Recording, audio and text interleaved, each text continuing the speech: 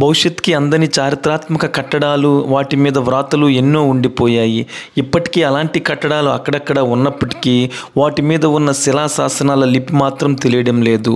అలాంటి ఒక పురాతన 1000 స్తంభాలు కలిగి ప్రస్తుతం 250 స్తంభాలు మిగిలి ఉన్న స్వయంభూగా దేవతలే కట్టినట్టుగా చెప్పే ఒక ఆలయం ఆంధ్రప్రదేశ్ రాష్ట్రం తూర్పుగోదావరి జిల్లాలోని కోనసీమలో ఉంది. ఈ ఆలయంలోని స్వామివారిని ఉమా కొప్పులింగేశ్వర స్వామిగా పిలుస్తారు. ఈ వీడియోలో ఈ ఆలయం చూస్తూ ఈ ఆలయం గురించి అయితే తెలుసుకుందాం. ఈ ఆలయం ఉన్న గ్రామం పేరు పలివెల. ఈ గ్రామం ఎక్కడ ఉంది అంటే కోనసీమ జిల్లా కొత్తపేట మండలంలో ఉంది. ఇది మండల కేంద్రమైన కొత్తపేటకి 3 కిలోమీటర్ల దూరంలోను, అలాగే తూర్పుగోదావరి జిల్లాలోని ముఖ్య పట్టణమైన కాకినాడకి 90 కిలోమీటర్ల దూరంలోను, దగ్గరలోని ముఖ్య పట్టణమైన అమలాపురానికి 25 కిలోమీటర్ల దూరంలోను ఈ గ్రామం ఉంటుంది.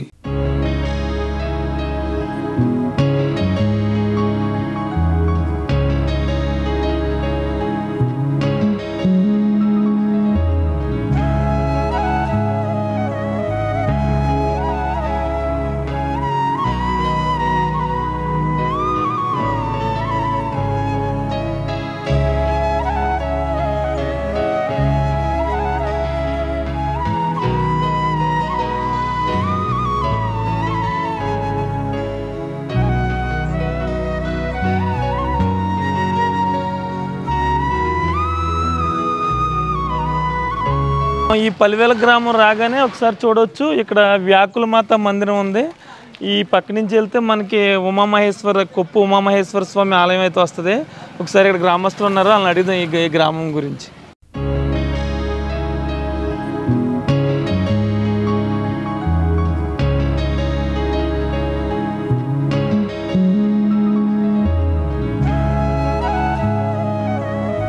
నమస్తే అండి. అంటే ఇక్కడ బాగా పురాతనమైన ఆలయం కదా ఇది. మీకు మీ తాతల వాళ్ళు ఏం చెప్పారంటారండి ఈ ఆలయం గురించి? అది బ్రాహ్మణులు చూస్తూ ఉంటారండి ఇక్కడ. ఏమనండి? శివరాత్రికి నాయకులు వస్తూ ఉంటారు. ఓకే. లోనికి వెళ్ళినప్పుడు పూర్వం అయితే పిఠాపురం మహారాజు గారు అనువులు ఉండేదండి గుడి. ఈ గుడి అండి. అక్కడి నుంచి దండటికి వచ్చి శివుడికి వేసి దండటికి వెళ్ళి మళ్ళీ ఆయనకి ఇవ్వాలంట. మళ్ళీ జమీందారు గారికి మళ్ళీ దండిస్తే దండ పట్టుకొచ్చి శివాలయానికి వెళ్ళేవారు. దాంట్లో ఒక ఇంటికి వచ్చిందంట ఒకసారి. Okay okay. ఆ ఇంటికి చూసాడు రాజుగారు, చూసి ఏంటి ఇంటికి ఉంది అన్నాడు. మన కొప్పు శివాలయానికి కొప్పు ఉంది అన్నాడు. అంటే కొప్పు అంటే ఏంటి? సరే నేను వస్తున్నాను, నేను కొప్పుకొని లేకపోతే నీ తలకే శివతలానికి ఏలాడుతుంది అన్న.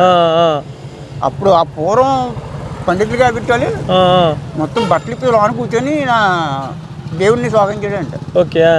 తెల్లారిపోతే కొప్పులు వేసిందండి. Okay okay. అప్పుడు లేదు అసలు? లేదండి. మరి ఇంటికి ఎలా వచ్చింది అసలు? కొప్పు అప్పుడు వేసిన తర్వాత అంటే ఇంకా కాళ్ళ వేళ పడిపోయి ఇంకా అక్కడ దేవుని అనుకున్న తోటి ఇంకా పడిపోతుంది తోటి కొప్పు వచ్చిందండి. లాగే వచ్చాడు. కొప్ప కదనేసి జిట్టెట్టుకుని వెళ్ళా లాగాడంట. చిమ్మిందండి. అబ్బా, శివాలయం నుంచి. అప్పుడు అమ్మ కొప్పులంగ దేవస్థానం పేరెట్టి జిట్టుపొడి లంక మొత్తానికి 1000 ఎకరం పొలం కూడా రాసేయండి దేవస్థానం. జమీందార్ గారు మొత్తం రాశారు. 1000 ఎకరాలు ఉంది ఇప్పుడు మాగానే. 1000 ఎకరం 1000కి గిత్తర తక్కువ ఉంటుంది అని అంటారు పూర్వం. మరి 1000 ఎకరం అంటే మనం తెలదు అనుకోండి. గిత్త తక్కువ 1000 ఎకరం అంటారు. జిట్టుపొడి లంక మంది మొత్తం అంతా కూడా ఈందే. ఇదేవిడిదే. ఎక్కడెక్కడ లోకల్లో ఉంటాయండి. గంటలో ఉంది, పెద్దపల్లి పల్లెల్లో ఉంది, వాడపల్లి ఉంది, అక్కడెక్కడ ఉందండి. మొత్తం దేవుడి పేరునే ఉంటుంది. అంతే దేవుడి పేరునే అండి. అలా పాటలు పెడతా ఉంటారు, వాడుకుంటూ ఉంటారు. కొంతమంది కడతారు, కొంతమంది కట్టరు. కట్టకపోతే ఆడ ఆకిలో ఉండి జప్ చెప్పుకుంటారు. గవర్నమెంట్ హ్యాండ్ ఓవర్లో ఉంది కదా, అలాగే ఉంటుంది. అది 250 స్తంభాలు ఎన్నో ఉంటాయంట కదండి మొత్తం గర్భుల్లోనండి. అది అన్ని తమ్మిది తెలదండి. ఓ పక్క మటుకి కంత ఆగిపోయింది. తెల్లారిపోతుందంటే దేవతలు వెళ్ళిపోయారంటే ఆ కాంతి ఆగిపోయింది కట్టేటప్పుడు అని అంటారు. మరి అది కట్టాలంటే ఇప్పుడు అవతారం కాదండి. మొత్తం అంతా కూడా రాడే పైన జిల్లా పోతలు అయ్యి కదండి. ఓకేనండి. అంతా రాడండి. అదంతా స్తంభాలు కూడా రాడే. సరే. ఈ మధ్యన అంటే టైల్స్ కట్టేసి కొంచెం మోడల్ మార్చే తప్పండి. ఏమి ఉంది కదండి. ఈ మధ్యన అయితే మటుకు మొత్తం అంతా టైల్స్ చేసి. ఇంకా మండువాలోగులు ఏమైనా ఉన్నాయంటారా మీ ఊర్లో? మండువాలోగులు అంటే ఏమీ లేవండి. ఇక్కడ రాగా ఎదర తమ్మలు అమ్ముతారండి. ఇక్కడ జాతమ్మలు అమ్ముతారు. కనపడుతుంది మండువాలోగులు అనేది. ఇంకేం లేవు. రత్తాల గారి అని పూర్వం బిల్డింగ్ అండి అది. గాజుల రత్త గారు అండి అది సొంతం గాజుల రత్తయ్య గారిది. అది ఒకటే కనపడుతుంది అక్కడ. అన్ని పీకిచ్చారు మొత్తం. వెళ్ళి దారిలోనే ఉంటుంది మాట. ఎదురా కనపడుతుంది. ఓకే సరేనండి, థ్యాంక్స్ అండి. అవుతారు.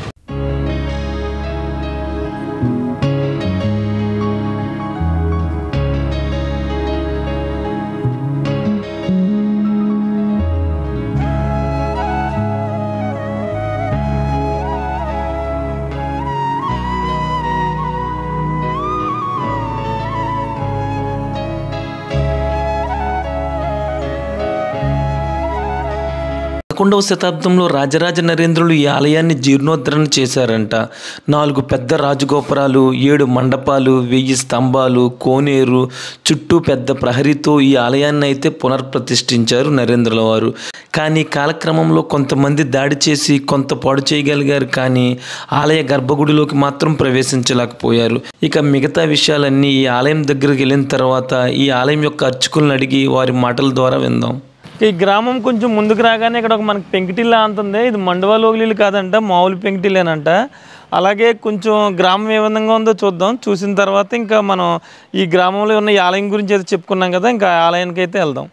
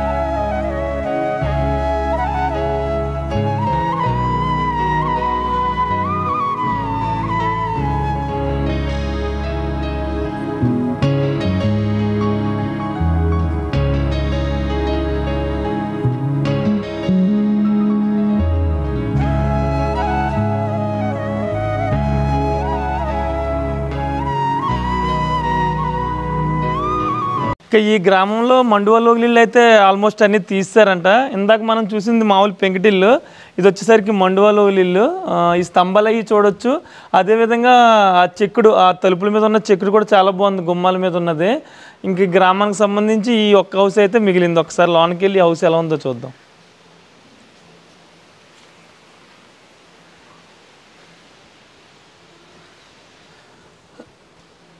ఈ హౌస్ కట్టి 100 years పైన అయిందంట. ఒకసారి మనం ఈ చెక్కడైతే చూడొచ్చు.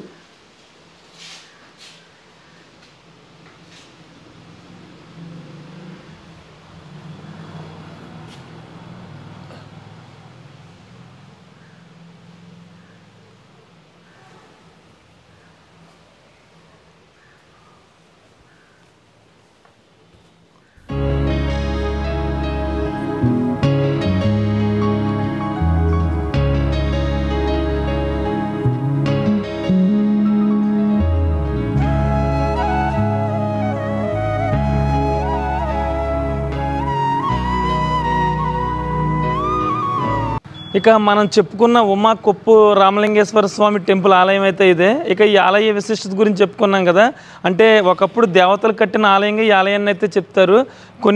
ఈ ఆలయంలో ఉన్న కొన్ని స్తంభాలు అయితే శిథిలం అయిపోయినాయి. ప్రస్తుతానికి 250 స్తంభాల వరకు ఉన్నాయి. అప్పట్లో 1000 స్తంభాల వరకు ఉండేయంట. ఇంకా ఏంటి అంటే ఈ ఆలయంలో గోపురాలు, చాలా గోపురాలు అవన్నీ ఉండేవి. ఇప్పుడు ప్రస్తుతం అప్పట్లో చెక్కిన ఆ చెక్కుడుకు సంబంధించిన అయితే స్తంభాల మీద, ఇప్పుడు ఉన్న స్తంభాల మీద ఉన్నాయి. ఇవన్నీ కూడా టెంపుల్ లోపలికి వెళ్ళిన తర్వాత అయితే చూద్దాం.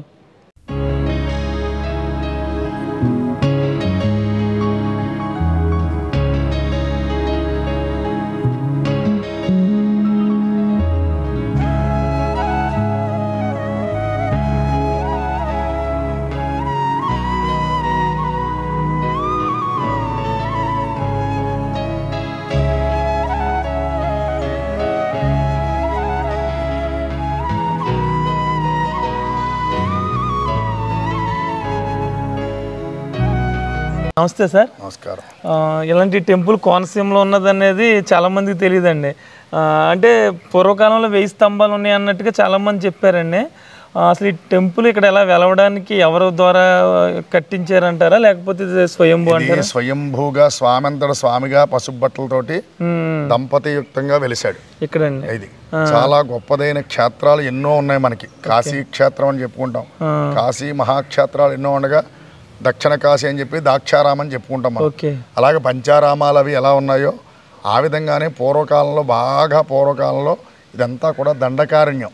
ఇక్కడ ఏమీ కూడా ఉండేవి కాదు, అంతా అరణ్యంగా ఉండడంతో పూర్వకాలంలో ఏం జరిగిందంటే వింధ్య పర్వతము మేరు పర్వతము అన్నిటిలోకి మనం ఎవరెస్ట్ గొప్పదని చెప్పుకుంటాం. అంటే మేరు పర్వతం చాలా గొప్పదని చెప్పేసి, ఎందుకంటే గ్రహాలన్నీ కూడా దానికే ప్రదక్షిణ చేస్తూ తిరుగుతూ ఉంటాయి.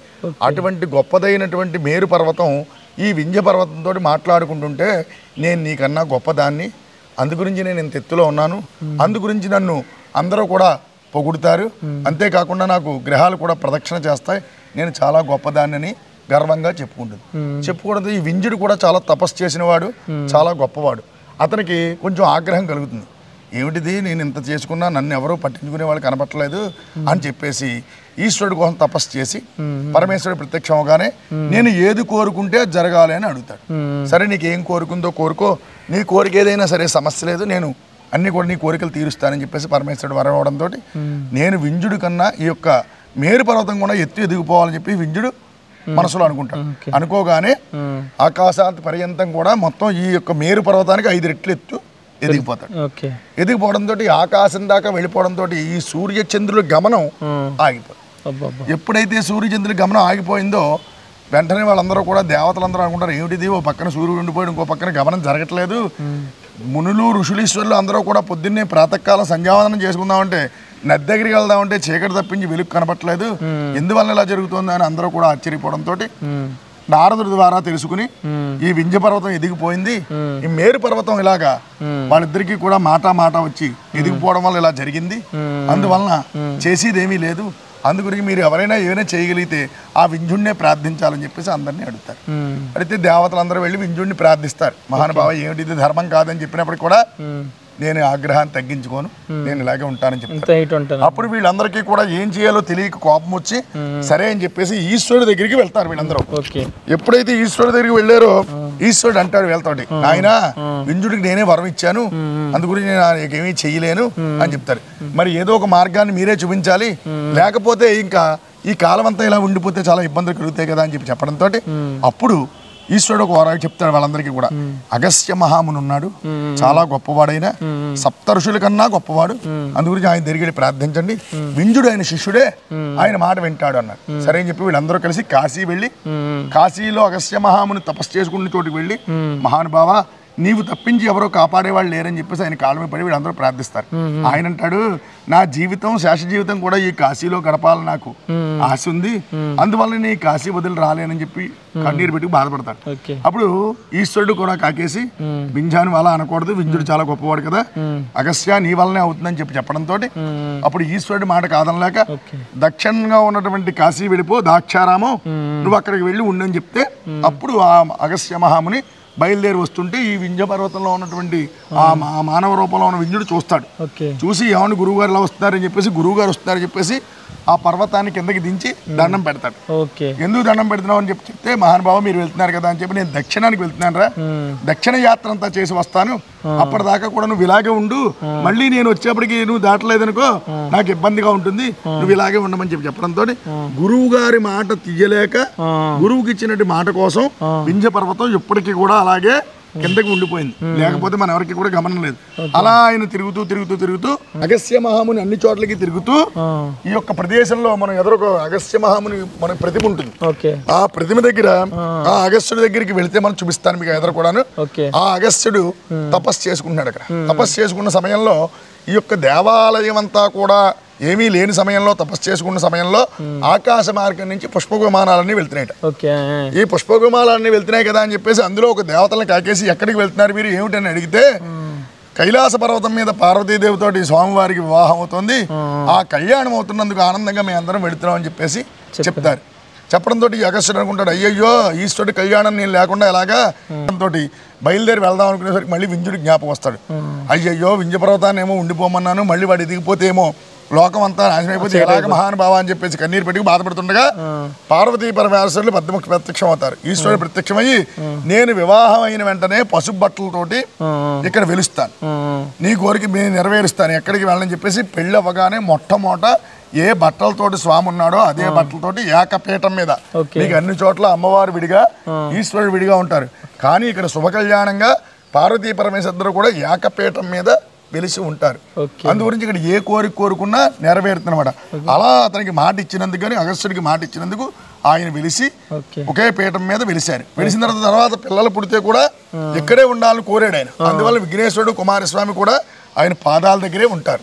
అమ్మవారి పాదాల దగ్గరే మీకు చూపిస్తారు, పూజారులు అడిగితే చూపిస్తారు, ఆ పాదాల దగ్గరే ఉంటారు అన్నమాట. ఎప్పుడైతే అలాగే పాదాల దగ్గర ఉంటున్నారు, ఇలా కుటుంబం అంతా ఒకచోట ఉండడంతో చాలా ఆనందపడుతున్నారు. అప్పుడు ఆయన పేరు ఏమిటి అంటే అగస్త్యేశ్వరుడు. ఫస్ట్ ఆ అగస్త్యేశ్వరుడు ప్రతిష్టలో ఉండగా ఆయన ఎప్పుడైతే వెలిసాడో దేవతలందరూ వచ్చి ఇదంతా కూడా పెద్ద మండపం అది ఉండేది. ఇక్కడ 4 దిక్కులో ఏమో గోపురాలు ఉండేవి. చాలా విశేషమైనటువంటి పెద్ద ప్రదేశంలో స్వామి ఉండేది. ఇదంతా కూడా దేవతలు కడుతుండగా తెల్లవారిపోయిందని చెప్పేసి ఒక పక్కన గోడ కూడా పూర్వకాలంలో కొన్నాళ్ళ వరకు ఉండేది. ఆ గోడ కూడా సగం కూలిపోతే తర్వాత ఎంతో మంది ప్రయత్నించినా కూడా ఆ గోడ కూడా పూర్తి అవ్వలేదు. ఇలా మొత్తానికి ఎలాగైతే బేడా మండపాలు ఇవన్నీ కూడా కట్టి జాగ్రత్తగా మొత్తానికి ఇలా చేస్తుండగా ఈ ఊళ్ళో ఇది పల్వలీపురం, ఈ ఊరి పేరు పల్వలీపురం. దీని పేరు ఇప్పుడు పలివెల అంటారు. ఈ పల్వలీపురం అంటే పల్వాలు అంటే ఎక్కడ పిలిచినా కూడా శుభ్రమైనటువంటి చెరువులు, అందమైనటువంటి తామర మొక్కలు, తామర పువ్వులు ఉండేవని చెప్పేసి దానికి శాస్త్రం. మహారాజు గారు పరిపాలించేవారు. ఇక్కడ కోట మెరకని పక్కనే ఊరుంది. ఏనుగులు మహల్ అని చెప్పేసి ఏనుగులు కట్టేవారు. అక్కడ ఏనుగులు కట్టేవారు. ఇలా రకరకాల ప్రాంతంతో ఉండగా ఈ యొక్క ఊళ్ళో 101 చెరువులు, 101 భోగం కొంపలు ఉండేవి. ఈ 101 భోగం వాళ్ళు కూడాను రోజు కూడా వచ్చి స్వామివారి దగ్గర కైంకర్యం అంటే ఒక నాట్యం చేసి స్వామిని అర్పించి మెప్పించేవారు. ఇలా జరుగుతూ ఉండేది. అందువల్ల వాళ్ళకి దేవుడు కూడా వరమించాడు, మీకు ఏం కావాలో కోరుకోమంటే ఏమొద్దు, మేము చచ్చిపోయినప్పుడు నీ యొక్క దీపం మాకు ఇవ్వాలి, మీ దీపంతో మాకు తలకూరం పెట్టాలని చెప్పి కూడా కోరుకున్నారు. ఇలాగ స్వామికి అలా జరుగుతుంటే సరే అని చెప్పేసి అలా కొంతకాలం జరుగుతుంటే ఇందులో ఒక అర్చకుడు ప్రతిరోజు కూడా ఒక భోగం ఆవిడతోటి సంభోగం చేస్తూ తిరుగుతూ రోజు కూడా ఆవిడ దగ్గర ఉంటూ ఉండేవాడు. అలా తిరుగుతున్న సమయంలో మహారాజు గారు రోజు ఎప్పుడప్పుడు వచ్చి ఉండేవాడు. వస్తున్నప్పుడు చూడలో వాళ్ళందరూ కూడా కాకేసి మహారాజా ఈ మన ప్రాంతంలో ఉన్నటువంటి అర్చకుడు తిరుగుతున్నాడండి భోగం ఆవిడతోటి, మరి మీరు ఎవరో పట్టించుకోకపోతే ఎలాగా అని చెప్తే ఆయన ఏమన్నట్టంటే అయ్యో నేను కళ్ళతో చూడండి ఏది కూడా నేను చెప్పలేను, అందు గురించి నాకు తెలియదు, అందుకు నేను కళ్ళతో చూసినప్పుడే మాట్లాడతానన్న. సరే అనుకున్నారు, ఎవరో మాట్లాడలేదు. అలా అయిపోయింది. కొంతకాలం గడిసరికి ఒక రోజు మహారాజు గారు చెప్పకుండా తెల్లవారుజామున వచ్చేసారు గుడి దగ్గరికి. వచ్చేటప్పుడు మహారాజు గారు వస్తున్నారని తెలుసుకున్న అర్చకుడు ఈ భోగమావుడి దగ్గర గదిలో ఉన్నాడు పడుకుని. గమ్మున ఆవిడ మెడలో ఉన్నటువంటి మాల తీసేసి పరిగెట్టుకుంటూ గుడిలోకి వచ్చేసి ముందుగానే ఆయన రాగానికి ముందేనే దేవుడిని అంతా శుభ్రం చేసేసి ఆయన రాగానే ఈ మాల పట్టుకెళ్ళి ఆయన చేతిలో పెట్టాడు. ఆయన మాల చేతిలో పెట్టగానే మాల తీసుకుని సంతోషించి మహారాజు కళ్ళకద్దుకుంటుండగా అందులో తల వెంట్రుక ఒకటి కనబడింది. ఈ తల వెంట్రుక ఏమిటి అని అడిగేసరికి ఏమండి ఈశ్వరుడి జటాజోటదారుడు, ఈశ్వరుడికి జటలు ఉంటాయి, అందులో మీకు వెంట్రుక వచ్చింది, మీరు చాలా అదృష్టవంతులు అని చెప్పి చెప్తాడు. ఎప్పుడైతే అదృష్టవంతులు అని చెప్పడంతో మహారాజు గారి అనుమానం వస్తుంది, వీళ్ళందరూ చెప్తున్నారు కదా రోజు కూడాను దాంతో తిరుగుతున్నా దీంతో తిరుగుతున్నారని, ఇదేమిటో మనం తెలుసుకోవాలని చెప్పేసి ఆ జటలు నాకు చూపించమంటాడు. ఇప్పుడు అలంకారం అది పూజ అయిపోయింది, రేపు ఉదయం వస్తే మీకు తప్పకుండా చూపిస్తానని చెప్పేసి చెప్తాడు. సరే నాయనా అని చెప్పేసి రేపు వస్తాను, నువ్వు నాకు చూపించావా నువ్వు అదృష్టవంతుడు, చూపించలేదా నీ తలకాయ తీసేస్తాను అని చెప్పేసి మహారాజు గారు వెళ్ళిపోతారు. వెళ్ళిపోయిన తర్వాత ఈయన అనుకుంటాడు, అయ్యో ఇంతకాలం సేవ చేశాను ఈశ్వరుడికి, నేను నా పాపను నేను చేసినప్పటికీ కూడా ఈశ్వరుడి సేవలో ఎప్పుడు తక్కువ చేయలేదు, వాడి చేతిలో చచ్చిపోయే కంటే ఈయన చేతుల దగ్గర చచ్చిపోతే ఉత్తమంగా ఉంటుందని చెప్పేసి ఆ రాత్రి ఇంక నిద్ర పట్టగా తలుపులు వేసేసుకుని ఈశ్వరుడి దగ్గరే కూర్చుని ఈ తలకాయని ఆ యొక్క లింగానికి వేసి బాదుకోవడం మొదలుపెట్టాడు. అలా బాదుకుంటుండగా ఆ లింగంలోంచి మాటలు వినబడ్డాయి. ఏమని, నువ్వు ఎటువంటి వాడు అయినప్పటికీ కూడా నా అర్చనలో కానీ నా సేవలో కానీ ఎప్పుడు నువ్వు తప్పు చేయలేదు కాబట్టి నీ భక్తికి మెచ్చి నేను జటలు దాలుస్తున్నానని చెప్పేసి విశేషమైన జటలు దాల్చాడు ఈశ్వరుడు. ఆ జటలు దాల్చడంతో చాలా ఆనందపడిపోయి ఆయన శుభ్రంగా ఆయన స్వామికి అభిషేకం చేశాడు. వచ్చిన భక్తులందరికీ కూడా చూసేప్పటికీ ఈశ్వరుడికి తెల్లవారేసి జట్లు ఉన్నాయి. ఆశ్చర్యం వేసింది. మహారాజు గారు వచ్చారు. మహారాజు గారు రాగానే ఇటువంటి మహానుభావ జట్లు అని చెప్పి చూపించాడు. చూపించేసరికి వీళ్ళందరూ అన్నట్టు పక్కన ఉన్న వాళ్ళందరూ అబ్బాయి రాత్రి అంతా వీడు గదిలోనే కూర్చున్నాడు, తుమ్మ జిగురు అది పెట్టి ఆ వెంట్రుకలన్నీ అంటించాడు, అవన్నీ నిజంగా కూడా ఏమో జట్లో కాదు అన్నాడు. మహారాజు గారు అన్నాడు వెంట్రుకలు లాగి ఇలా పట్టరా అన్నాడు. శివనంద నేను చేయలేనని చెప్పినప్పటికీ కూడా లాగి పట్టరమన్నప్పటికీ 2 తల వెంట్రుకలు లాగుతాడు. ఆ 2 తల వెంట్రుకల్లోంచి 2 రక్తపు చుక్కలు వచ్చి మహారాజు గారి కళ్ళల్లో పడి కళ్ళు 2 పోవడంతో మహారాజు గారు ప్రార్థన చేశాడు, మహానుభావ నీకు ఒక రోజుకు 1 ఎకరం చెప్పున భోజన నిమిత్తం 365 ఎకరాలు మీకు భూమిని రాస్తాను, వెండి కోళ్ళు చేయిస్తాను, వెండి పత్రాలు చేయిస్తాను, ఇవన్నీ కూడా విశేషంగా చేయిస్తానని చెప్పేసి చెప్పాడు. చెప్పడంతో ఆనందంతో అలా మెల్లిమెల్లిగా చూడడంతో సుబ్రహ్మణ్యేశ్వర స్వామిని కూడా ప్రతిష్ఠించారు. దానివల్ల మళ్ళీ కళ్ళు ఆయనకి ప్రాప్తించాయి. ఇంత విశేషమైనటువంటి స్వామి అనుగ్రహంతో ఈ యొక్క జటలు దాల్చి ఈ యొక్క అర్చకుడి కోసం మళ్ళీ మున్ని దాల్చాడు కాబట్టి, కొప్పు దాల్చాడు కాబట్టి అగస్త్యేశ్వరుడల్లా కొప్పులింగేశ్వరుడి కింద ఆ పేరు నామ సార్థకత మారింది. అందు గురించి కొలువైనటువంటి కుప్పేస్వామి ఎవరు ఏది కోరుకుంటే ఆ కోరిక ఇక్కడికి వచ్చిన వాళ్ళకి తప్పకుండా నెరవేరి అన్ని విశేషమైనటువంటి కళ్యాణాలు, ఎన్నో రకాల పెళ్లి కాని వాళ్ళకి, సంతానం లేని వాళ్ళకి, ఏదైనా కష్టాల్లో ఉన్న వాళ్ళకి ఏది వచ్చినప్పటికీ కూడా ఆ స్వామికి అభిషేకం కనుక చేసుకుంటే చాలా విశేషంగా కార్తీక మాసము, మహాశివరాత్రి, ప్రతి సోమవారము, సుబ్బారాయుడు షష్ఠి, ఇవన్నీ కూడా చాలా విశేషంగా జరుగుతాయి ఇక్కడ. రేపు కార్తీక మాసం ఆఖరి సోమవారం, మహాశివరాత్రి సోమవారం అయింది. ఒక 20,000 మందికి అన్న సమారాధన అది కూడా జరుగుతుంది. ఈ క్షేత్రం చాలా విశేషమైనది. ఇక్కడికి వచ్చి ఎవరైతే దండం పెట్టుకుంటారో 12 లింగాలు 12 చూసి దర్శనం చేసుకుంటే ఎంత గొప్ప ఫలితం వస్తుందో అంత ఫలితం వస్తుంది. అలా జరుగుతుండగా ప్రతి వాళ్ళు కూడా వచ్చేసి ఈ వెంట్రుకలన్నీ కూడా లాగడం ప్రారంభించారని చెప్పేసి పూర్వకాలంలో మంత్రశాస్త్రం తెలుసుకున్న వాళ్ళందరూ కూడా తీసుకొచ్చి దాన్ని అంతా కూడా జట కింద అంటే చిన్న ముడి కింద చేసేసి స్వామివారి నెత్తిమి ఉంటుంది కొప్పు కింద మంత్రబంధం అంటే పాషాణం చేసేసారు. అంటే మొత్తం రాయి రూపంలో చేసేసారు. అప్పటి నుంచి కూడా లింగం అంతా ఉన్నప్పటికీ పైన మాత్రం కొప్పు కనబడుతుంది. అదే కొప్పు లింగేశ్వరుడు. ఏ కోరుకున్న అమ్మవారు కూడా పక్కనే ఉంటుంది. అందువల్ల మీరు ఎక్కడికి వెళ్ళినప్పటికీ కూడా ఈశ్వరుడు విడిగా, అమ్మవారు విడిగా ఉంటారు. కానీ ఇక్కడ అలా కాకుండా కుటుంబ సమేతంగా ఉంటారు కాబట్టి ఈ కొప్పులింగేశ్వర స్వామిని ఎవరైతే దర్శనం చేసుకుంటాడో వాళ్ళందరికీ కూడా అష్టైశ్వర్యాలు, భోగభాగ్యాలు, తినడానికి ఉండడానికి కూడా లోటు లేకుండా సమస్తమైనటువంటి అన్ని కూడా శుభకార్యాలు జరుగుతాయని చెప్పేసి చెప్పుకుంటూ పంతులు గారు అయితే మనకి టెంపుల్ గురించి హిస్టరీ అయితే చెప్పారు. అయితే ఈ టెంపుల్ ఏ విధంగా ఉందో ఏంటో లోపలికి వెళ్ళి ఒకసారి చూద్దాం. ఆయన మాటల ద్వారా ఈ టెంపుల్ గురించి తెలుసుకుంటే అయితే చూద్దాం. సార్ అంటే ఇలా మండపాలు ఇవి ఉండడానికి ఎన్ని మండపాలు ఉంటాయి? ఇవి 7 వారాలకి 7 మండపాలు కూడా ఇక్కడ ఉండేవి.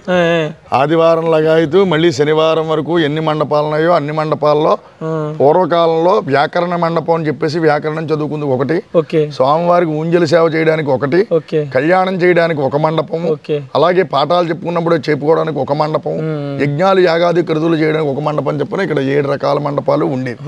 రోజు కూడా స్వామివారి సాయంకాలం 5 గంటల వేళ మనకి తిరుపతిలో ఎలా అయితే తీసుకొస్తున్నారో ఆ విధంగా పూర్వం ఉయ్యాల్లో పెట్టి వేద పండితులందరూ కూడా ఉయ్యాల సేవ చేసి ఇక్కడ స్వామివారికి పూజలు అవి చేసేవారు.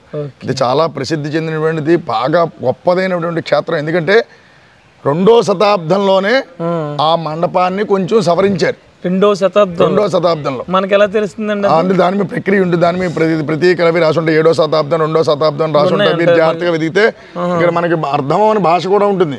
ప్రతి దాని మీద కూడా ఇది పర్వాలేదు, ఇంకా మీకు ఇది ఉర్దూలో మనం పెట్టింది అంతా మనం పెట్టుకున్నది, ఇది కాదండి. మండపాల మీద ఉంటుంది. ఇది కూడా నేమ్ ఉందండి. మండపాల మీద మండపం నుంచి మండపంలో ఉన్నటువంటి స్తంభాల మీద రాసి ఉన్నటువంటి బాగా పూర్వకాలంలో వాళ్ళు కూడా వచ్చి మనకి పురావస్తు వాళ్ళు కూడా వచ్చి వాళ్ళకే అర్థం కాక ఎన్నో సంవత్సరాల ఇది సామాన్యమైంది కాదు ఇది గుడి అని చెప్పేసి చెప్పుకున్నారు అప్పట్లో. అందు గురించి ఇది చాలా గొప్పదైన దేవతలు కట్టిన గుడి. ఇది మనుషులు ఎవరో మనం చేసేటువంటి రాజరాజ నరేంద్రుడు చేయించారు కదా. రాజరాజ నరేంద్రుడు వాళ్ళు ఏం చేశారు, మొత్తం ఇదంతా కూడా కొంచెం పునరుద్ధరణ చేశారు. అంతే తప్పించి ఇది స్వయంగా అయితే మాత్రం నేమ్స్ అప్పుడు అంటారు తర్వాత ఇవేం కాదండి. తర్వాత ఇక్కడ మన వాళ్ళు కొంచెం బాగోనివన్నీ కూడా ఈ స్తంభాలు కొంచెం ఒరిగినవి పెట్టినప్పుడు వాళ్ళు ఇక్కడ మేస్త్రి కింద పనిచేసినప్పుడు వాళ్ళ పేరు కూడా ఉండాలని చెప్పి పేరు పెట్టుకున్న పేరు. ఇది చాలా గొప్పదైనటువంటి అతి పురాతనమైనదండి, మామూలు సామాన్యమైనది కాదు. ఇక్కడ ప్రత్యేకంగా ఇది ఒకటే 250 స్తంభాలు ఉంటాయి ఇప్పుడు ప్రస్తుతానికి. ఇదివరకు 1000 స్తంభాలు ఉండే. 1000 స్తంభాలు కూడా ఎలా ఉందో మనకి తెలంగాణలో ఆ విధంగానే ఇక్కడ కూడా మొత్తం బేడా మండపం అన్ని కూడా మండపాలు చాలా ఎక్కువ ఉండేవి. ఈ శిథిలావస్థ ఇది కూడా ఇదంతా పురావస్తు వాళ్ళు ఒప్పుకోలేదు. తర్వాత కాలంలో పైకి లేపారు, చాలా కిందకు ఉండేది గుడి కూడా. ఈ నంది కూడా పూర్వకాలంలో మహమ్మదీ సుల్తాన్లు వాళ్ళు కూడా దండయాత్ర చేసినప్పుడు ఈ నందిని నరికేయడం, ఈ దేవాలయాల్లో చాలా మీకు ఎదురు చూపిస్తాను, అన్ని తలకాయలు అవి కొట్టేయడం, స్వామివారి మొత్తం చాలా భ్రష్టం చేశారు. ఏం చేసినప్పటికీ కూడా దేవాలయం దాకా మాత్రం ఎవరు వెళ్ళలేకపోయారు, లోపలికి వెళ్ళలేకపోయారు. ఎందుకంటే ఇది చాలా శక్తివంతమైన గుడి అండి. వర్షాకాలంలో కూడా వర్షాలు పడినప్పుడు కనుక ఎవరైనా వర్షం రానప్పుడు ఇక్కడ చేసినట్లయితే మళ్ళీ వర్షాలు విశేషం కురితే స్వామివారి కొప్పు కనబడేదాకా మాత్రం నీళ్లు వచ్చేస్తాయి. మొత్తం ఈ గుడంతా మునిగిపోతుంది వర్షాకాలం. మునిగిపోయి ఇంక స్వామివారి కొప్పు ఒకటి కనబడుతూ ఉంటుంది. ఆ కొప్పు కనబడుతున్నంతసేపు మాత్రం ఇంకా కొప్పు కనబడుతుంది నుంచి చుక్క వాన మాత్రం పడదు. ఎంత వర్షమైన మీకు ఒక్క చుక్క కూడా వర్షం పడకుండా అక్కడతో వరదలు ఆగిపోతాయి. ఎంత వరద వచ్చినా మొత్తం చుట్టుపక్కల వరదలన్నీ వచ్చినప్పటికీ 53 గోదావరి వరదలు వచ్చినప్పటికీ కూడా చుట్టుపక్కలంతా వచ్చింది, కానీ పలివెల క్షేత్రంలో చుక్క నీరు కూడా ఎక్కడికి రాలేదు. చాలా విశేషమైనటువంటిది, చాలా గొప్ప క్షేత్రం అండి. ఎందుకంటే ఈ ఊళ్ళో ఏదో ఒక సంబరమో ఏదో ఒక విశేషమో జరుగుతూనే ఉంటుంది. అందులోని స్వామివారి అనుగ్రహం వల్ల ఉన్న చుట్టుపక్కల ఉన్న వాళ్ళందరికీ కూడా ఎప్పటికీ కూడా ఏ లోటు లేదు. పాడిలో అవనివ్వండి, పంట అవనివ్వండి, ఏదైనప్పటికీ కూడా ఎన్ని ఉపద్రవాలు చుట్టుపక్కల వచ్చినప్పటికీ 96 గాలివానలోనే మాకేం అవ్వలేదు. ఈ గుడే కాపాడింది మమ్మల్ని అందరినీ. ఈ గుడిలోనే మేము అందరం ఆవులు మనుషులు మేము అందరం వచ్చి అక్కడే తలదాచుకున్నాం. అందరూ ఈ ఆవులు కూడా ఈ స్తంభాలకే కట్టుకున్నాం. అంటే మాకు ఎంత నమ్మకం ఉందో చూడండి, ఇది నమ్మకం ఆ గొప్ప గుడి అని చెప్పేసి. ఆ పురావస్తు శాఖ వాళ్ళు వచ్చి గోపురం పడిపోతుందని చెప్పేసి 10 ఏళ్ల క్రితం 20 ఏళ్ల క్రితం చెప్పారు. ఇప్పుడు చెక్కు చెదరలేదు. అప్పుడు మా చిన్నప్పటి నుంచి ఎలా ఉందో వాళ్ళు చెప్పినట్టుగా ఇప్పుడు 45 ఏళ్ల నుంచి అది అలాగే ఉంది. అది ఏమీ అవ్వదు కూడా. ఎందుకంటే అది పైన ఎంత ఉందో కింద అంత ఉంది. బేస్ అంతలా దాన్ని చేశారు. అది మా సామాన్యమైనవి ఏమీ కాదు. ఇవన్నీ కూడా పూర్వకాలంలో ఉన్నటువంటి నందిలు అవి. ఇవేంటంటారు?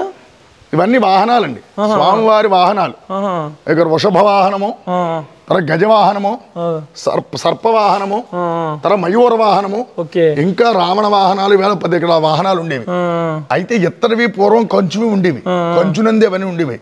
కొంతమంది దొంగలు ఏమి సెక్యూరిటీ లేక అప్పట్లో దొబ్బిపోయారు. తర్వాత చెక్కవ చేయించారు. ఆ చెక్కవ కూడా శిథిలావస్థకు వచ్చేసాయని చెప్పేసి ఈ ఊళ్ళో ఉన్న పెద్దలందరూ కూడా తలో డబ్బులు వేసుకుని జాగ్రత్తగా స్వామివారికి ఈ వాహనాలు చేయించారనమాట. ఈ వాహనాలు చేయించి చేస్తుంటారు. ఇదేమో ఫస్ట్ ఉన్నటువంటిది విఘ్నేశ్వరుడు ఆలయం, 6వ పూజ్యో గణాధిప, ముందు గణపతి ఆలయం. ఈ గణపతి కూడా మనకి కాళహస్తిలో ఏ విధంగా అయితే ఉంటాడో చాలా విచిత్రంగా ఉంటుంది గణపతి ఆలయం. లంబోదరుడు అన్న పేరుకి తగ్గట్టుగా పొట్ట ఎదరకొచ్చి చేతులు వచ్చి విశేషంగా అనమాట. అంటే ముద్ర వేస్తూ చిన్ముద్ర కనబడుతూ ఉండి అంకుశము తర్వాత పాశము పట్టుకుని చేతిలో ఉండ్రం పట్టుకుని ఎప్పుడు కూడా అభయమిస్తూ అనమాట. అలా కూర్చోవడం సామాన్యమైన వాడు వీళ్ళు కాదు. అలా కూర్చుని చాలా విశేషంగా ఉంటాడు అనమాట. నవరాత్రుల్లో ఇక్కడ చాలా విశేషంగా గణపతి నవరాత్రులు జరుగుతాయి. ఆ స్వామిని ఎవరైతే మనం ఏదైనా 40 రోజుల పాటు గరికి తెచ్చి పూజ చేస్తే ఏది అనుకుంటారో ఆ కోరిక వెంటనే నెరవేరిపోతుంది. అంత గొప్పదైన క్షేత్రం అది. అలాగే ఈ చుట్టుపక్కలన్నీ కూడా వీరభద్రుడు సంబరాలు జరుగుతూ ఉంటాయి. కొంతమంది వీరభద్రుడు నిలవేల్పుగా ఉంటాడు. పట్టిసీమలో మరి జరిగింది కదా అప్పుడు దాక్షాయిని యుద్ధం జరిగినప్పుడు వీరభద్రుడే కదా మరి తీసుకెళ్ళి అక్కడ చేసినటువంటి. అందు గురించి ఆ వీరభద్రుడు తీసుకొచ్చి ఇక్కడ ప్రతిష్ఠ చేశారు. ఈ ప్రతిష్ఠ చేయడం వల్ల ఈయన కార్తీక పూర్ణం నాడు విశేషమైనటువంటి అర్చన అవి జరుగుతుంది. అందుకు వాళ్ళ భక్తులు ఉంటారు, కైకా భక్తులు అని చెప్పేసి ప్రత్యేకంగా దానికి సంబంధించిన వాళ్ళు ఉంటారు. వాళ్ళందరూ కూడా వచ్చి అస్సరభ అంటూ ఆయనకి గొప్ప గొప్ప క్షేత్రాలు అవి చేసి ఆయన పొగిడి, మహానుభావ నీ వలన క్షేత్రపాలకుళ్ళాడు ఉండడం వల్ల మేమందరం సుఖంగా ఉన్నామని చెప్పేసి ఆయన ప్రార్థిస్తారు. అలాగే సంతానం లేని వాళ్ళు కానీ పెళ్లి కాని వాళ్ళు కానీ ఎటువంటి వాళ్ళు ఉన్నప్పటికీ కూడా వాళ్ళందరికీ కూడా సుబ్రహ్మణ్యేశ్వర స్వామి అనమాట ఇక్కడ తీసుకొచ్చి కళ్ళ దోషాలు, చెవులు అవి సరిగ్గా పనిచేయని వాళ్ళు, మోగవాళ్ళు, ఇటువంటి వాళ్ళు ఉన్నవాళ్ళు స్వామి కళ్ళు ఇచ్చుకుని వెండి కళ్ళు తెచ్చి ఆ స్వామికి సమర్పించి పాలతో కనుక అభిషేకం చేయించుకుని ఆ భుజంగ స్తోత్రం చదువుకుంటే వాళ్ళందరికీ కూడా కోరిన కోరికలన్నీ నెరవేరుతాయి. మంగళవారం నాడు చాలా విశేషంగా ఈ స్వామికి అభిషేకాలు అవి జరుగుతూ ఉంటాయి. సుబ్రహ్మణ్యేశ్వర స్వస్తికి విశేషమైనటువంటి తీర్థం జరుగుతుంది ఇక్కడ. ఇవన్నీ కూడా చాలా గొప్పదైన క్షేత్రంలో ఉంటుంది. అంతేకాకుండా రోజు కూడా కార్తీక మాసం 4 రోజులు కూడా లక్షపత్రి పూజలు జరుగుతాయి. ఇదంతా కూడా రోజు పత్రి తెచ్చి లక్షపత్రి పూజ, సోమవారాలు పౌర్ణమి తప్పించి మిగతా రోజులన్నీ కూడా లక్షపత్రి పూజలు జరుగుతాయి.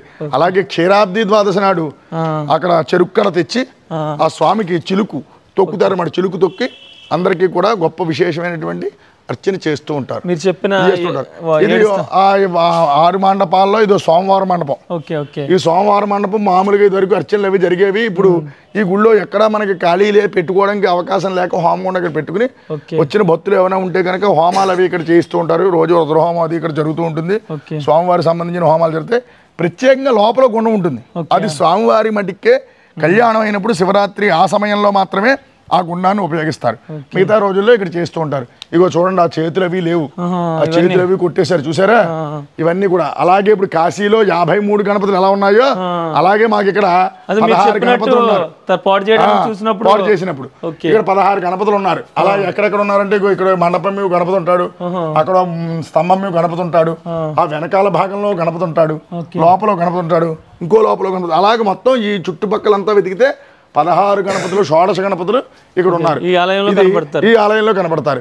అలాగే ఇవన్నీ కూడా కొంచెం కొంచెం మార్పులు చేశారండి, ఎందుకంటే మరి అసహ్యంగా ఉన్నాయని చెప్పి చూడడానికి కూడా బాగోలేదని చేసినమంటున్నారు. ఈయన పాప విమోచన స్వామి. ఎటువంటి పాపం చేసిన వాడు కూడా ఈ స్వామి దగ్గరికి వచ్చి ఒక చెమ్ముడు నీళ్లు పోసుకుని ఆ స్వామిని భక్తితోటి కనుక ప్రార్థించినట్లే ఆయన పేరే పాప విమోచనము. పాపము విమోచనం అంటే పాపం చేసిన వాడు ముట్టుకుంటే ఆ పాపం తొలగిపోతుంది అనమాట. ఆ పాప విమోచన స్వామి చాలా గొప్ప క్షేత్రం ఇది. ఇది కూడా ఆ అగస్త్యుడు మేనలింగం ప్రతిష్ఠించిన తర్వాత దేవతలందరూ కూడా మరి రాక్షసులను సంహరించారు. ఆ రాక్షసులందరూ బ్రహ్మలు కాబట్టి, బ్రాహ్మ రాక్షసులు కాబట్టి ఆ దోషం పోవడం కోసం తీసుకొచ్చి పాప విమోచన స్వామిని ప్రతిష్ఠ చేశారు. ఇది గొప్పదైనది. ఇది దెయ్యాల మండపం అని చెప్పేసి పేరు దీనికి. దెయ్యాల మండపం. దెయ్యాల మండపంలో దెయ్యాల మండపాలు అంటే దేవుడి గుళ్ళో దెయ్యం ఏమిటని చెప్పేసి అందరికీ వస్తుంది. దెయ్యాల మండపం అంటే దెయ్యాలు పట్టిన వాళ్ళందరినీ ఇక్కడ తీసుకొచ్చి ఈ మండపంలో విడిపించేవారు అప్పట్లో. ఆ దెయ్యాల మండపంలో విడిపించడం వల్ల వాళ్ళందరికీ కూడా ఎటువంటి రోగాలు ఉన్నప్పటికీ కూడా ఈ యొక్క మండపంలో కార్యక్రమం చేయడం వల్ల ఆ మండపంలో ఉన్నటువంటి శక్తి వలన ఆ 16 స్తంభాలతో ఉంటుంది. షోడశ కళలు దీనికి 16 స్తంభాలు ఉంటాయి దీనికి. ఆ 16 స్తంభాలతోటి ఉన్నటువంటి స్తంభంలో ఇక్కడ ఎప్పుడైతే చేసేవారో ఈ స్తంభం దగ్గర చేస్తున్నటువంటి విశేషం వల్ల ఎటువంటి భూత ప్రాత పిశాచాలు పట్టినా వదిలేసి వాళ్ళకి. ఆ వదిలేయడంతో కాలక్రమంలో ఏమైపోయిందంటే చూసిన వాళ్ళందరికీ కూడా ఇంకా మాట నానుడిలో వచ్చేసి దెయ్యాల మండపం అన్నం మాత్రం వచ్చేసి దేవుడి గుళ్ళో దెయ్యాల మండపం. దెయ్యాలు ఎందుకు ఉంటాయి అంటే దెయ్యాలను విడిపించేటువంటి మండపం దెయ్యాల. అలాగే శివరాత్రి రోజుని మొత్తం దేవాలయం అంతా కూడా చాలా విశేషమైనటువంటి దీపకాంతులతోటి వెరజల్లుతుంది. మొత్తం ఇంచుమించులే 1 కోటి దీపాలు, మన 1 కోటి దీపోత్సవం ఎలా జరుగుతుందో అంతలాగా మొత్తం ఎక్కడ కూడా అంగుళం కూడా ఖాళీ లేకుండా శివాలయం అంతా కూడా దీపాలతోటి నిండిపోతుంది. దీపోత్సవం జరుగుతుంది శివరాత్రి రోజుని. ఇలా చాలా విశేషమైనటువంటి ఆలయం కూడా మీరు పైన చేశారు కానీ కింద అసలు కింద ఎవరో ముట్టుకోలేదు. ఎప్పటి నుంచో పురాతన కాలం నుంచి ఉండిపోయింది, అలాగే ఉంది. మెయిన్ ప్రధానమైన దేవాలయాన్ని మాత్రం ఎవరు టచ్ చేయలేదు. ఇవన్నీ కూడా ముట్టుకోకూడదు కాబట్టి ఎవరు ముట్టుకోవడం కూడా సాహసం చేయలేదు. పైన అంతా కూడా మామూలు పెయింట్ వేయించారండి అంతే, గోల్డ్ పెయింట్ వేయించారు. ఇదేమీ లేదు.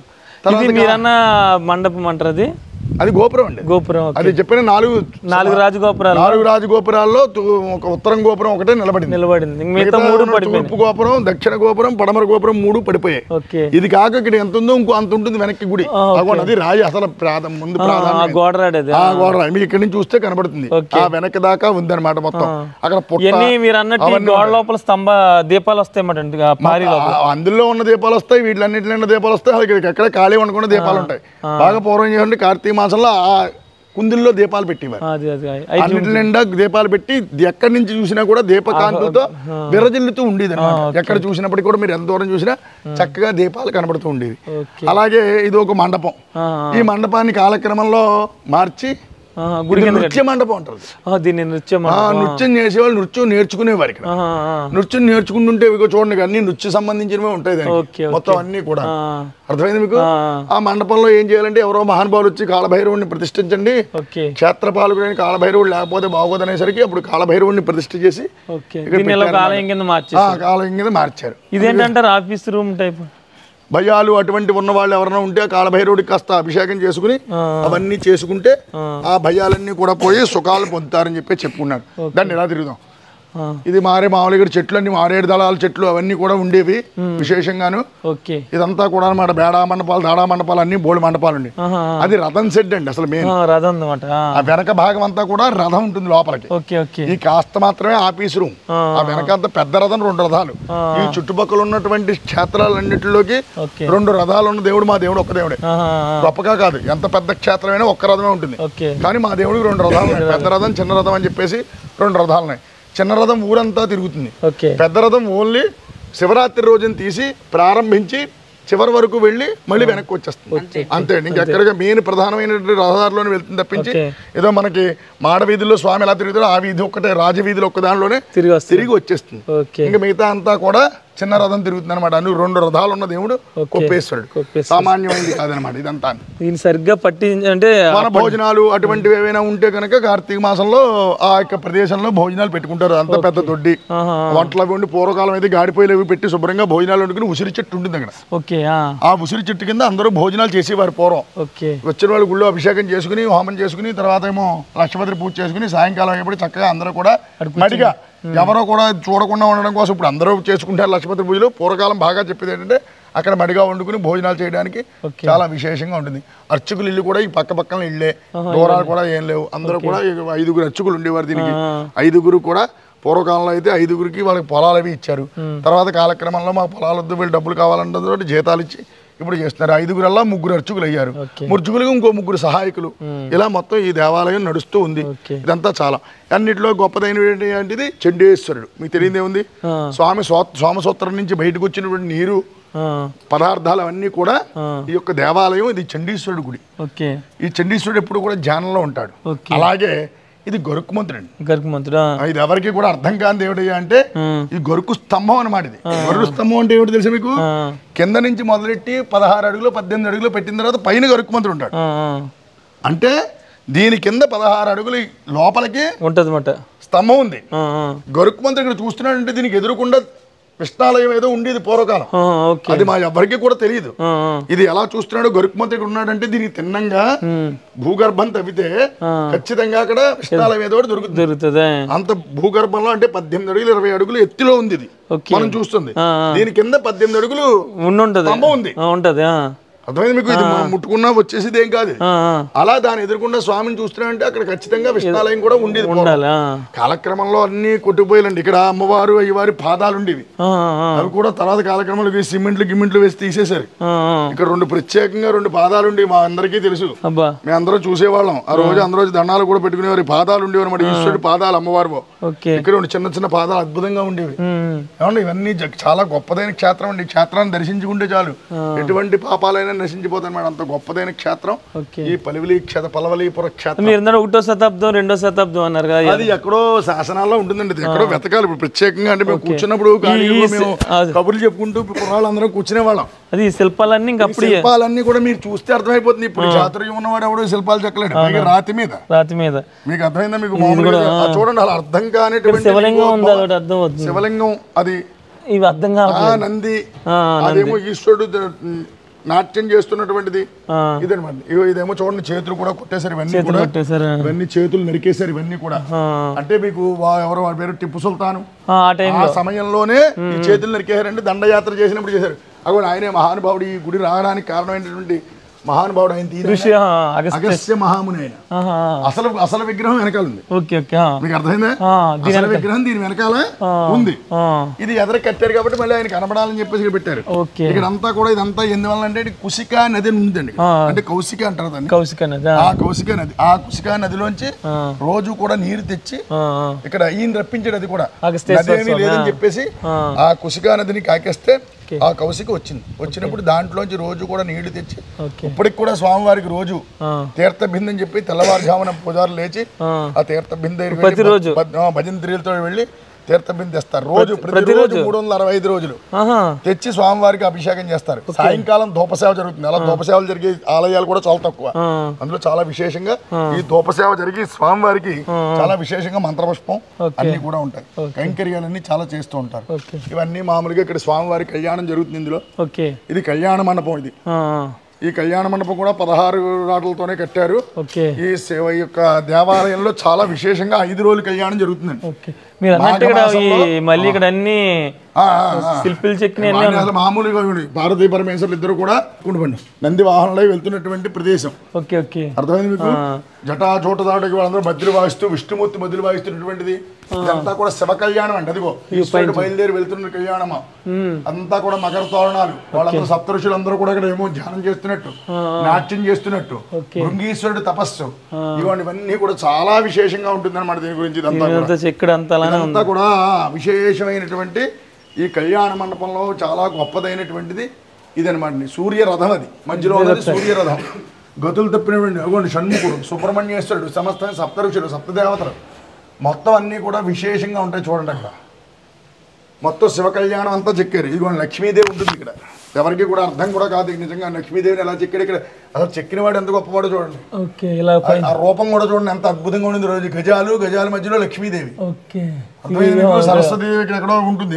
అప్సరసలు నాట్యం చేస్తున్నట్టుగాను, నారద తుంబులు వాయిద్యం ఘోషం చేస్తున్నట్టుగా వేడినట్టు కొట్టుకుని ఇవన్నీ ఏంటంటే శ్రద్ధ లేక పాడు చేసేసి తప్పించి నిజంగా సరిగ్గా దీని మీద దృష్టి పెడితే ప్రపంచంలో ఇంతకన్నా గొప్ప దేవాలయాలు మనకి ఎక్కడ వెతికినా కూడా కనపడం. ఇదిగోండి బ్రహ్మదేవుడు మధ్యలో వాయిస్తూ ఉంటాడు ఇక్కడ చూడండి. 3 ముఖాలతోటి బ్రహ్మదేవుడు మధ్యలో వాయిస్తూ ఉంటాడు అనమాట. అర్థమైంది మీకు? అదే చెప్తున్నాను. ఇక్కడేమో విష్ణుమూర్తిని నారదుల వారు పాటలు పాడుతుంటారు.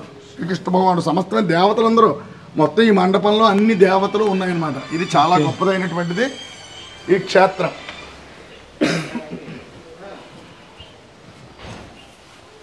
మామూలుగా ఇక్కడ భక్తులందరూ కూర్చుంటారండి. స్వామివారి కళ్యాణం అక్కడ జరుగుతుంది. ఈ నంది కూడా ఒకసారి తలకాయ తీసేశారు. మళ్ళీ తర్వాత రాతితోటి పునఃప్రతిష్ఠ మళ్ళీ రాయి చేసింది. ఆ ధ్వజస్తంభం కూడా అంత గాలివానికి కూడా ఒక అరంగుళం కదిలిని తప్పించి ఎక్కడ కనీసం చెక్కు చెదరలేదు. అది అన్నిటిలోకి ధ్వజస్తంభం కూడా చాలా పెద్దదండి. అన్ని దేవాలయం అన్నిటిలో ఉన్న చిన్న ధ్వజస్తంభం కాదు అది. ఏక ఒకటి ఏక బీభత్సమైన ఒకే కర్ర అనమాట. కాదండి పైన కూడా ఇదంతా అంత హైట్ కర్ర కూడా ఎక్కడ దొరుకుతుంది అంటే పూర్వం చెప్పించారండి. ఇప్పుడు కాదు, అది 1942 ఆ టైంలోనే పునఃప్రతిష్ఠ చేశారు. అర్థమైంది మీకు? అలాగే చేస్తుండగా ఉన్నాడు పునఃప్రతిష్ఠ. అంత కర్ర అంటే కూడా టేకు అంత ఏక కర్ర అంటే ఎలా తెచ్చారు? అలా తెచ్చి చేసినటువంటిది అనమాట. ఈ పక్కన మనకి సత్రం ఒకటి ఉంది. ఇక్కడ వచ్చిన భక్తులందరూ కూడా భోజనాలు చేయడానికి. మీ ఆలయం చూడడానికి ఎవరైనా బయట నుంచి రావాలంటే ఎక్కడికి రావాలి, ఎలా రావాలంటారు? మా దేవాలయం చూడడానికంటే బాగా దూరం నుంచి వచ్చే భక్తులు అయితే వాళ్ళు ఏ దూర ప్రాంతాల నుంచి రావాలనుకుంటే రాజమండ్రి వరకు ఫ్లైట్లో వచ్చి లేకపోతే ట్రైన్లో వచ్చి అక్కడి నుంచి అమలాపురం వెళ్ళేటువంటి బస్సు కానీ లేదంటే టాక్సీ కానీ కట్టించుకుని రావులపాలెం మీదుగా, రావులపాలెంకి 10 కిలోమీటర్లు దగ్గరగా వచ్చితే ఈ క్షేత్రం పల్వలీపురం కొంచెం లోపలికి ఉంటుంది అంతే తప్పి 1 కిలోమీటర్ లోపలికి ఉంటుంది. ఈ పల్వలీపురానికి కనుక వచ్చినట్లయితే ఎంత బాధలతో వచ్చిన మనిషి అయినా ఈ యొక్క స్వామిని చూసి ఒక 5 నిమిషాల పాటు ఈ గుళ్ళో కూర్చున్న ఎడల వాడికి విశేషమైనటువంటి బాధలన్నీ తొలగిపోయి సుఖశాంతులు పొందుతాడు. అందు గురించి బస్సు వచ్చే వాళ్ళకి బస్సు సౌకర్యం ఉంది. ఇక్కడ ఉండడానికి ఇక్కడ వచ్చిన వాళ్ళకి వసతి కూడా కావాలనుకుంటే ఏర్పాట్లు చేసుకోవడానికి బోలెన్ని ఏర్పాట్లు ఉన్నాయి. రోజు నిత్యాన్నదానం ఒక 125 సంవత్సరాల నుంచి సత్రం ఒకటి ఉందండి. ఇక్కడ బ్రాహ్మణులు కట్టించిన సత్రం ఒకటి ఉంది. ఆ సత్రంలో 125 సంవత్సరాల నుంచి చదువుకున్నటువంటి యామాహిమీలందరూ కలెక్టర్లు వాళ్ళు కూడా ఇక్కడ భోజనం చేసి సత్రంలో భోజనం చేసి పక్కనే మోడేకుర్రి అని ఉంది. అక్కడ సంస్కృత పాఠశాల ఉండేది. అక్కడ వెళ్ళి చదువుకుని ఎంతో మంది గొప్ప విద్యార్థులు తయారయ్యారు. ఈ రోజుకి కూడా అక్కడ ఓ 50-60 మందికి భోజనాలు పెడతారు. ఈ కార్తీక మాసంలోనూ శివరాత్రికి వచ్చే భక్తులందరికీ కూడా అక్కడ ముందుగా తెలియజేస్తే అక్కడ భోజనం ఏర్పాటు చేస్తారు. భోజనానికి వసతికి ఉండడానికి దానికి ఏమీ లోటు లేదు. అంతేకాకుండా కార్తీక మాసం 4 రోజులు కూడా దీపోత్సవం జరుగుతూ ఉంటుంది. రోజు కూడా పొద్దున్నే ప్రసాద విస్తరణ విశేషంగా అందరికీ భక్తులందరికీ ప్రసాదాలు పెడుతూ ఉంటారు. చాలా గొప్పదైనటువంటి క్షేత్రానికి ఉండడం, మా అలాంటి వాళ్ళు ఇక్కడ ఉండడం, మీలాంటి వాళ్ళు 10 మందికి తెలియజేయడం చాలా గొప్ప విశేషం. కాబట్టి మీ ఛానల్ ఇంకా అభివృద్ధిలోకి వచ్చి మీరందరూ కూడా ఇంకా సుఖశాంతులు పొంది అష్టైశ్వర్యాలు ఆ కుప్పేశ్వర స్వామికి ఇవ్వాలని కోరుకుంటూ శుభం భూయాత్. అది గుడి వాళ్ళు పురావస్తు శాఖ వాళ్ళు వచ్చి కార్బన్ కాగితం పెట్టి దాని మీద జాగ్రత్తగా ఈ లిపినంతటిని మనం కాపీ తీసుకుని జాగ్రత్తగా పట్టుకెళ్ళి వాళ్ళే చెప్పారండి. ఇది అలా మాకే అర్థం కావట్లేదు, ఇది ఏ కాలంలో దీన్ని పరిశీలించాలి తప్పించి సామాన్యంగా చేసేది ఇలాంటివి ఈ గుడి నిండా ఎన్నో ఉంటాయండి. మనకి ఇది ఒకటి శాసనం కింద అట్టే పెట్టారు కానీ స్తంభాల మీద కూడా ఉండేది. ఇంకా స్తంభాలు చాలా కిందకు ఉండేవి. ఎంత కిందకుందో అంత కిందకు ఉండేది. భక్తురాలు నేను వేయించుకుంటా అని చెప్పేసి టైల్స్ అన్ని వేయించేసి సర్వనాశనం చేసేది. చాలా కిందకు ఉండేది అనమాట దేవాలయం. ఈ స్తంభాలు పైగా ఒక స్తంభం ఉన్న మోడల్లో ఒక స్తంభం ఉండదు అనమాట. మీరు గ్రహించుకోండి కావాలంటే ఏ స్తంభాలు చూసినారు ఒక స్తంభం ఉన్నటువంటి స్టైల్లో ఇంకో స్తంభం ఉండదు. అన్ని ఒకదాన్ని మించి ఒకటి ఓ స్తంభాన్ని చూసినట్టు ఇంకో స్తంభం ఉండదు అనమాట. అలాగే మొత్తం ఇన్ని స్తంభాలు ఉన్నప్పటికీ కూడా ఏ స్తంభానికి మనిషి ఎలా ఉండడో అలాగా గొప్ప విశేషంగా ఉంటుంది అనమాట. బయట చూసాం కదా, మొత్తం ఒకసారి ఆలయంలోకి వెళ్దాం. పంతులు గారు చూపిస్తున్నారు, మొత్తం ఒకసారి లోనికి వెళ్తున్నారు. ఎన్ని గంటలు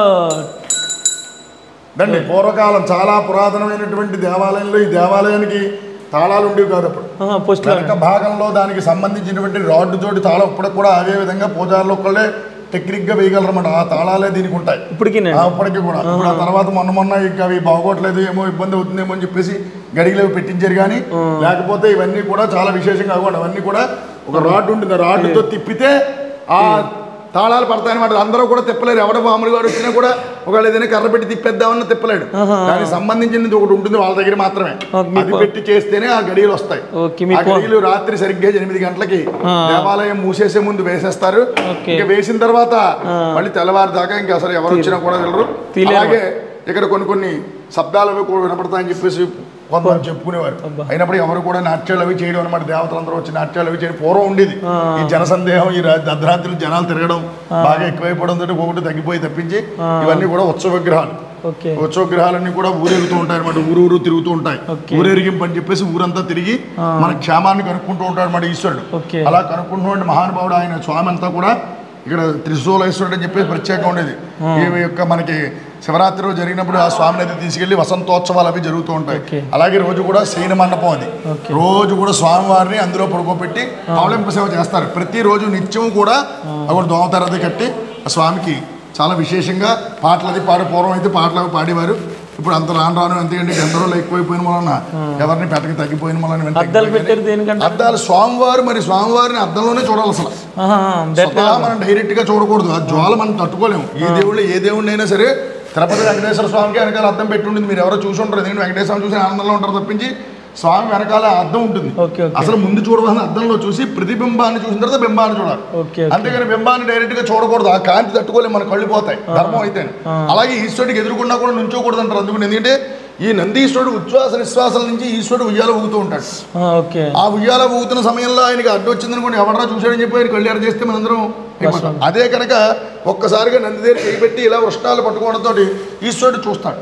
అలా చూడగానే ఈ నంది ఆపడంతో చూడడంతో నీ భక్తులు వచ్చాడు ఆయన అని చెప్పి ఆయన చెప్తారు. అప్పుడు మన కోరిక నెరవేరుతుంది. లోపలికి రండి. అందుకే బయట నుంచి నంది మీద చూస్తారన్నమాట. ఈ దేవాలయంలోకి ఎంత గొప్పవాడు కోటీశ్వరుడు ఎవడు ఎటువంటి మినినీరు వచ్చినప్పుడు కూడా భగవంతుని ముందు అందరూ కూడా చిన్నవాళ్లే కాబట్టి తలకాయ వంచుకు రావాలి. అందుగురించి దేవాలయం అన్ని చోట కూడా తలకాయ కింద ఉండడానికి దాక్షారామం ఉండండి, దేవుని ఇంకోటి ఉండండి, ఇవన్నీ కూడా తలకాయ వంచుకుని రా, నువ్వు గర్వంగా తలెత్తుకోకు భగవంతుడి దగ్గర, తలకాయ దించుకుని ఉండు అని చెప్పడం కోసం ఈ తలకాయ దించుకుని రావడం అనమాట. రండి. మనం అక్కడ విఘ్నేశ్వరుని చూసాం. ఆయన విఘ్న గణపతి. ఈయన ప్రసిద్ధి గణపతి. ప్రసిద్ధి గణపతి అంటే ఈ గణపతికి ముందుగా అర్చన చేస్తారు. ఇక్కడ వచ్చిన ఈయన మీద పుష్పం కానీ పత్రి కానీ వేసి ఆ లోపల ఎందుకంటే అనుజ్ఞ పెట్టాడు. నువ్వు నా దగ్గరికి వచ్చే భక్తులు ముందు నీకు అర్చన చేస్తేనే నేను చేయించుకుంటా అని చెప్పడంతో ఈయన వచ్చి ఇక్కడ కూర్చున్నాడు. అంటే ప్రసిద్ధి గణపతి చాలా గొప్పదైనటువంటి క్షేత్రం. అప్పట్లో విఘ్నేశ్వరుడు పాలు తాగాడు గుర్తుంది. పాలు తాగిన గణపతిలో ఈ గణపతి కూడా ఉన్నాడు. 3 లీటర్లు పాలు తాగాడు. అది అప్పట్లో జరిగినటువంటి గొప్ప గణపతిలో ఇదో గణపతి. ఏమండి తర్వాత అవ్వండి సాక్షాత్తు పరమేశ్వరుడు ఆయనే మా ఈశ్వరుడు కొప్పులింగేశ్వరుడు. అది ఎంత లింగాకారము. ఆ పైన మీకు ఆ నామాల కింద పైన కనపడుతుంది చూసారా 2 పుష్పాల మధ్యలో, అదే కొప్పు. ఆ కొప్పుని దర్శించుకున్న ఎట్లా చాలా విశేషమైనటువంటి ఫలితం. మనలో ఉన్న అజ్ఞానం అంతా తొలగిపోయి సుఖం పొందడానికి అందుకు కొప్పు చూడమంటారు. ఈశ్వరుడు అమ్మవారు కూడా కదంబం అంటారు.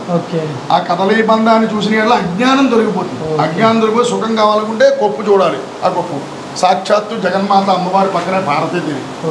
అర్థమైందండి. పాదాల దగ్గర ఉంటుంది. మీకు కొంచెం పాదాల దగ్గర సరిగ్గా కనపట్లేదు మీకు. ఇవ్వండి ఇక్కడ చూడండి, ఇక్కడ విఘ్నేశ్వరుడు ఉంటాడు ఈ పక్కన పాదాల దగ్గర. అదే పక్కన సరిగ్గా అమ్మవారి దగ్గర కుమారస్వామి ఉంటాడు. ఇద్దరు కూడా పక్క పక్కనే ఉంటారన్నమాట. ఇది చాలా విశేషం. చేరి ఏకపీఠం ఒకే పీఠం మీద పక్క పక్కన ఉన్నటువంటి దేవతలు. ఈ స్వామి అనుగ్రహం మీకు కూడా కలగాలని మనస్ఫూర్తిగా ఒకసారి దండం పెట్టుకోండి. అలాగా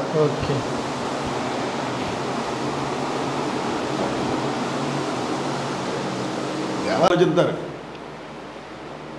ఇది చిన్న నంది అండి. ఇది చిన్న నంది. చెప్పాను కదా ఆ దేవాలయం ఆ నందిని అయినా చేయగలిగారు కానీ ఇక్కడ దాకా మాత్రం లోపలికి రాలేకపోయారు మనుషులు. దేవాలయం మాత్రం ఏమి చేయలేపారు. ఇదివరకు లింగం చాలా లావుగా పెద్దదిగా ఉండేది. కాలక్రమంలో అభిషేకాలు అవి ఇవి చేయడం వల్ల అది కొంచెం సన్నబడిన లింగం అదనమాట. పంచామృతాలతో దాంతో కూడా అభిషేకం జరుగుతూ ఉంటుంది స్వామివారికి. మీకు ఇందాక చెప్పాను నేను హోమగుండం కూడా ఉందండి అని చెప్పేసి. ఇది ఉండేది హోమగుండం. ఇక్కడ స్వామివారి పల్లకీ సేవ జరుగుతూ ఉంటుంది. అది కాక ఇది హోమగుండం అనమాట. ఈ హోమగుండంలో స్వామివారికి ప్రత్యేకంగా హోమాలు అవి జరుగుతూ ఉంటాయి. ఇందులో కానీ ఇక్కడ చేయాలన్నా కూడా బయట లోనంత కాబట్టి కళ్ళంట ఎవరికి లోపలికి పని చేయదు, లోపల ఎవరు చేయరు. ఇది ఓన్లీ స్వామివారికి సంబంధించిన హోమగుండం అనమాట. మీరు చేయగలరు, మీతో కొత్త వాళ్ళు కూర్చోవాలని ఇక్కడ కూర్చోలేరు. ఇది అందరూ కూడా వెంటిలేషన్ కూడా ఉండదండి ఇక్కడ, ఉండదు. ఆ పొగ వస్తా ఉంటే మీరైతే అలవాటు అయిపోయింది కాబట్టి. ఇంకా నేను విశేషాలంటే స్వామివారి ఉండిలో విని స్వామివారి భోషానం అది స్వామివారికి సంబంధించిన భోషానం ఇది భోషానం అది అవన్నీ చెప్పకూడదు, రహస్యాలు కాబట్టి మనం చెప్పక్కర్లేదు. ఓకేనండి, ఓకే, థ్యాంక్స్ అండి. అసలు మాకు మొత్తం పంచాక్షరి అంటే 5. ఓకే. అలాగే దేవాలయ నిర్మాణం కూడా ప్రధాన ద్వారం 1, 2, 3, 4, 5. ఓకే, ఖచ్చితంగా అనమాట. 5 కరెక్ట్గా 5 దేవాలయానికి సంబంధించిన పంచాక్షరి రూపంలో ఉంటుంది. ఏమండి మనకి నాకు సరిగ్గా జ్ఞాపకం లేదు కానీ మనకి మాఘమాసంలోనూ ఎప్పుడో సూర్యకిరణాలు సాక్షాత్తు పరమేశ్వరుని తగులుతాయి. ఓకే, డైరెక్ట్గా అనమాట. అది నిజంగానే గొప్పతనం. అది ఇంత లోపలికి సూర్యుడు ఎలా వస్తాడని కిరణం అన్నది మన ఆశ్చర్యం. లోపలికి మాత్రం ఒక రోజున ఏదో ఒక రోజు, ఆ రోజు ఏదన్నది నాకు జ్ఞాపకం లేదు, వచ్చినా మాత్రం ఖచ్చితంగా మీకు ఫోన్ చేసి చెప్తాను. ఈ దేవాలయంలో ఈశ్వరుని తాగుతుంది కిరణం. అందరికీ ఆశ్చర్యం కలిగించండి, ఇంత దేవాలయంలో గుడి లోపలికి నిజంగా వస్తుందా కిరణం అని వస్తుంది. ఆ కిరణం కూడా తాగుతుంది అంటే ఈశ్వరుడు గొప్పతనం ఉంది.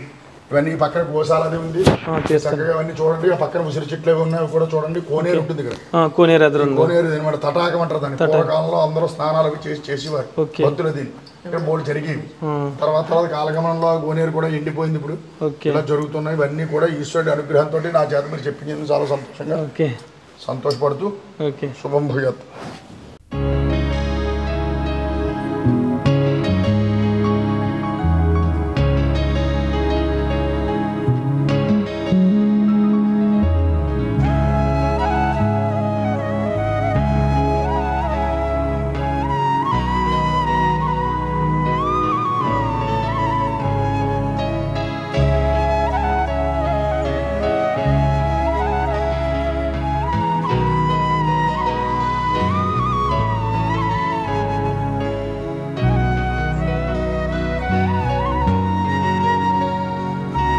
మనం ఒకసారి చూడొచ్చు, ఇక్కడ ఒరిజినల్ పుట్ట అయితే ఉంది, మట్టితో మొత్తం పుట్టబోసినట్టుగా క్లియర్గా అయితే అర్థమవుతుంది. అదేవిధంగా ఈ మారేడు చెట్టు కూడా చూడొచ్చు, చాలా పెద్ద చెట్టు అన్నమాట. ఒకసారి 2 చూద్దాం.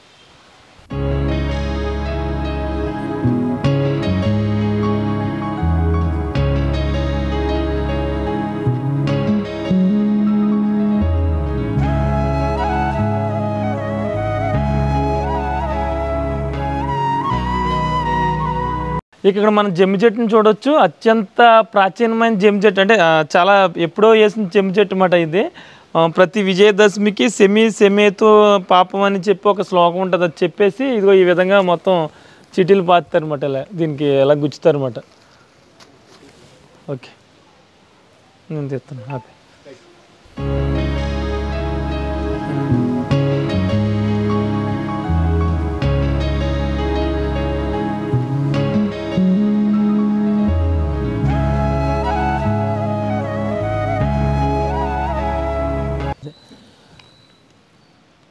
సమీయతే పాపం శత్రు వినాశిని అర్జునస్య ధనుర్ధారి రామస్య ప్రియదర్శిని.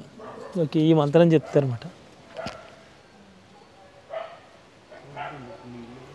కోనేరు సరిగ్గా అన్నీ కరెక్ట్గా చేస్తే అసలు చాలా ఈ టెంపుల్ మామూలుగా ఉండదండి. ఇదేంటండి భోజనాలు అవి పెట్టుకోవడానిక? అంటే ఉసిరి చెట్టు కింద తింటే మంచిది అంటారు కదా, అందుకని ఉసిరి చెట్టు ఉందన్నమాట ఇక్కడ. ఓకే, ఎవరైనా బయట వాళ్ళు కూడా వచ్చి తినొచ్చు అంటారు ఇక్కడ కార్తీక మాసంలో. పర్మిషన్ తీసుకుని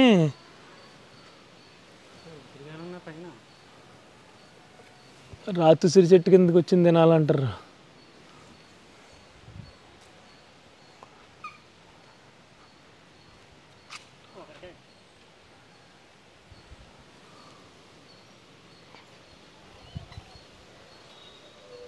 రుద్రాక్ష చెట్టు అన్నమాట.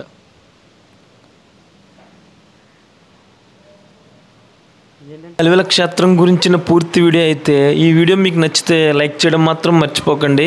ఇక ఈ గ్రామం గురించి, ఈ ఆలయం గురించి మీరేమనుకుంటున్నారో కామెంట్స్లో అయితే తెలియజేయండి.